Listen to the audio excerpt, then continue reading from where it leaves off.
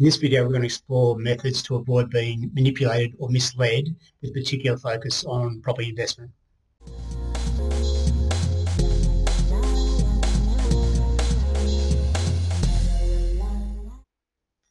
Hi, my name's Tim, and over the past 15 years or so, I've worked with hundreds of people in my role as a property investment advisor, as a property investment educator. Now, what we want to do quite early on in our journey as first-time investors is have an understanding of who we are and what works for us.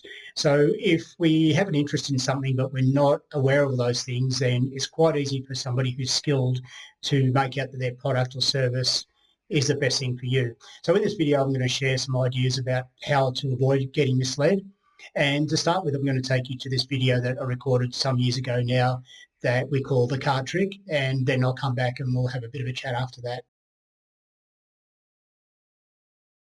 So what we're going to do now is just take you to this exercise. We call it the card trick. Evan will join me to be involved in that card trick and just see if you can spot what's happening throughout the process.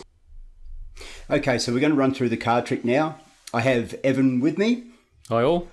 And as you can see on the screen right now, this trick involves 52 cards. On the table here, next to the 52 cards, is a card that's been covered. So Evan is not aware of the card that's hidden. I haven't seen that card at all. So we'll work through this process. We need to go through quickly because there's a number of parts to this exercise. So Evan will be asked to make a series of decisions, and he needs to make those quickly again so that we can move through reasonably quickly and not take up too much time. So each option will be 2 choices, and Evan will be asked to select one, and we'll move through to the next option from there.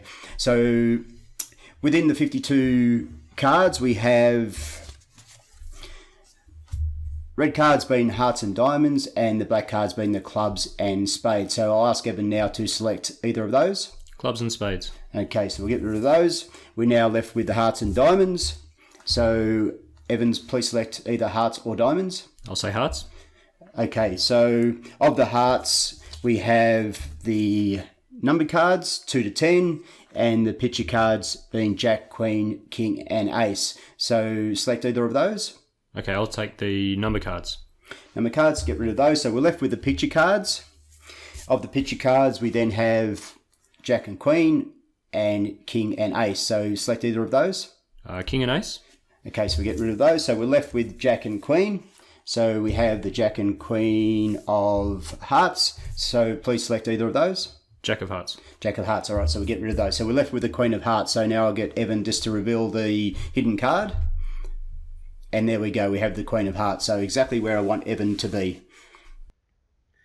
Okay, so the purpose of that exercise wasn't necessarily to learn a good card trick, although it is fun to play with family and friends, and it does freak people out when they first see it. But the purpose was really to illustrate how somebody can be misled if they don't understand the rules of the game. So right through that process, I had full control. So effectively, there's 2 things that I did. And you might recall right at the beginning, I explained to Evan that he'd need to make choices very quickly. So I also said that we need to move through this game quite quickly. And I did that to take away his time to think. So I didn't want him to have time to make an informed decision. Secondly, whenever Evan picked an option that I did want, I kept it. And of course, when he selected an option I didn't want, I discarded it.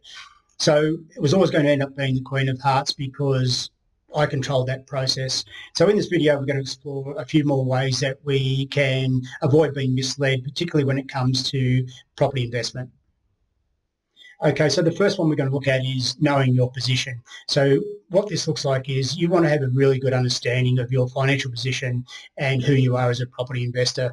So some of those things will include the investment strategy that you want to adopt, your investment time frame, your level of financial commitment, your level of time commitment.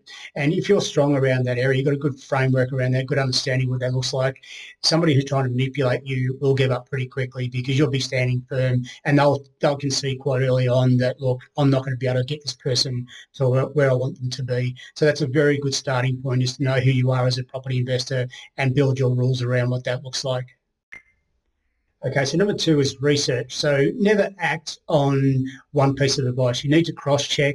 You need to make sure you can validate the claims This would relate to, say, how property market's performing, the type of property that the market wants, where vacancy rates are at, etc. So you just want to make sure that you're able to validate any of these claims, the facts that have been presented to you. You want to be able to make sure that they are true. Once you've done your own research and you feel comfortable with that, then you can continue gaining advice from that particular person, or perhaps you need to move on to somebody else. And number 3 is ask questions. So always ask questions. I think that if you continue to ask questions of somebody or about information that somebody's giving you, you'll really quickly determine how much knowledge that person has.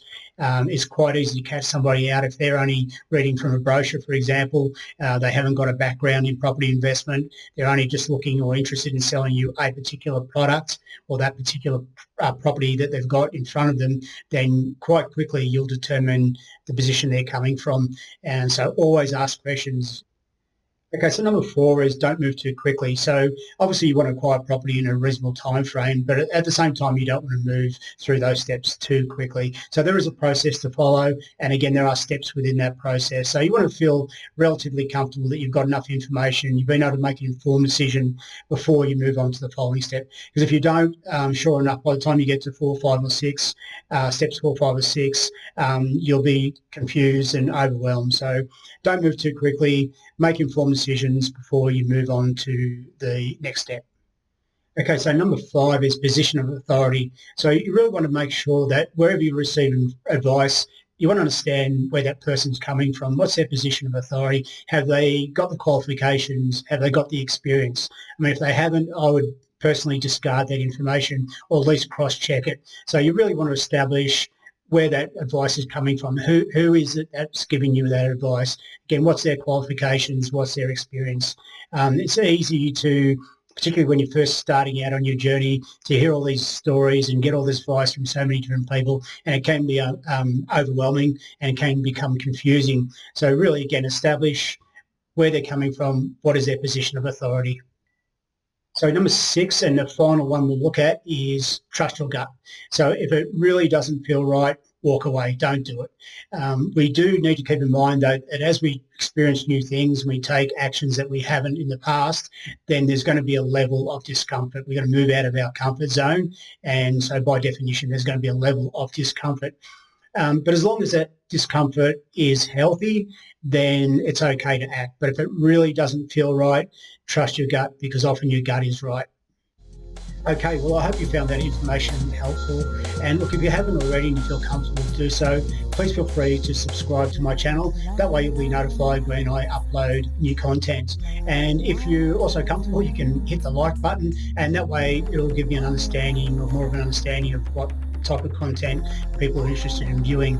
So thank you for watching the video, and all the best with your journey.